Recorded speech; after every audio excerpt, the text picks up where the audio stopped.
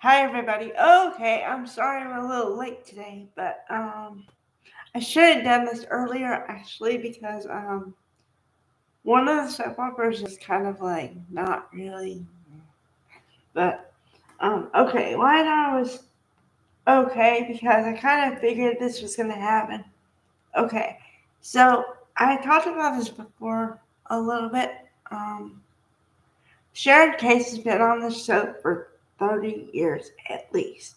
Okay, this year is gonna make 31. So that means that she's an integral part of the soap, which means unless she wants to stop and do something else or whatever, they're not going to let her go. Okay? So whenever is involved in a storyline, this is how it's going to go. If it's a life and death situation, she's going to live. If she's in trouble, there's going to be a reason why she did whatever she did. That's the way it goes. Okay. So keeping that in mind, now Anne Ward and Jordan are involved in her kidnapping and probably Heather's unaliving. The reason I say probably is because we know Sharon didn't do it, but we don't really know who did. But I guess I'm going to do a bit of speculation, only a bit, and say that somebody, probably Jordan, was involved. But the reason I don't know that for sure is because nobody can identify if it was male or female or anything like that. So it's all guesstimation. Okay. Now, the reason I say this is because whoever was involved with Heather's unaliving planned to make Sharon the real person, right? But they had to get out of it so that it looked like only Sharon did it, right? But there was a few problems in their plan. They didn't expect for Sharon to then blame or try to frame Daniel for it. And this is the kind of stupid part. They didn't expect anybody to be looking for Sharon. Now, I find that hard to believe because Sharon has a family and ex husband and that family who would be looking for her because, you know, so that's pretty much all of Genoa City in a certain way because, okay, follow the logic here. Sharon married Nick, which means she's a Newman. Whether or not they get divorced, they're still Newmans. Okay? So she has that family looking out for her, meaning her in laws. Then she has Nick and her kids looking for her. That's a lot of people. And also, if you believe, now, if you go along with the whole thing that the Newmans have money, then they have people who they hire to look for people. So that's even more people looking for Sharon.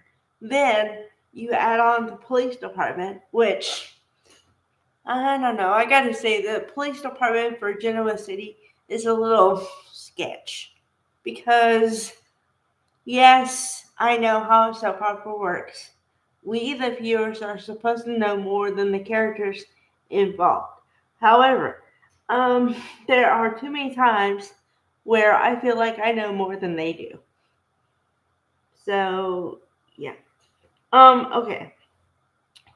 So that was pretty much it. The only other storyline is Nate finally met, quote unquote, met Damien. The reason I say this is because there's a ruse around the whole story. I mean, the truth is that Nate and Damien are half brothers, but Damien doesn't know this. So instead of telling him the truth and finding a way to tell him, they're trying to find the softer sell, which is I'm gonna offer you a job. And then I guess after some time, I'm gonna tell you the story of that I'm your half brother and that your mother is looking for you. And oh yeah, your mother has a deadly or a fatal condition. Yeah, so it's a lot. Um, but I like the character of Damien. I'm gonna use his real name once I find out the actor who plays him. But okay, for right now it's Damien. Okay. Um, I like the character of Damien because he's a smart character. Given the situation, some people would fall for it, kind of, and just go, okay, I'm going to go with the flow. But he's like, no, this sounds too good to be true. This just fell in my lap. What's the backstory?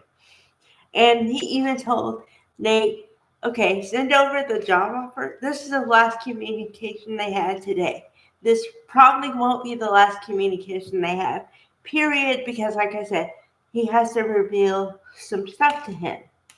Okay, but Damien said, okay, give me the offer, like, email me the offer, and I'll take some time to think about it, then I'll get back to you. So that's rational. I like that. Um, I still say that, and I discussed this a little bit before, but now having met the character and seeing how his mind thinks, I don't think he's going to be too keen on the fact of all these people lying to him from the beginning. I just don't see it. I don't think he's going to be explosively angry, but he's going to be angry, you know. And I mean, he has every right to be, so wait for the fireworks. Okay, as far as the Sharon case goes, Sharon case, oops. Sorry, didn't mean to do that. As far as the Sharon storyline goes, she happens to be in a basement of some sort and chained to a pipe, literally. And also, only in soap operas, because they have to go with continuity, right? So she's still wearing the New Year's Eve dress, sparkly, in the basement, chained to a pipe. Yep. So weird. And believe me, I will. I know soap operas aren't real and everything, but geez. Ugh. All right. So we'll have to see what happens tomorrow. It is Friday, so hopefully there'll be a good cliffhanger on this one. All right. Bye, guys.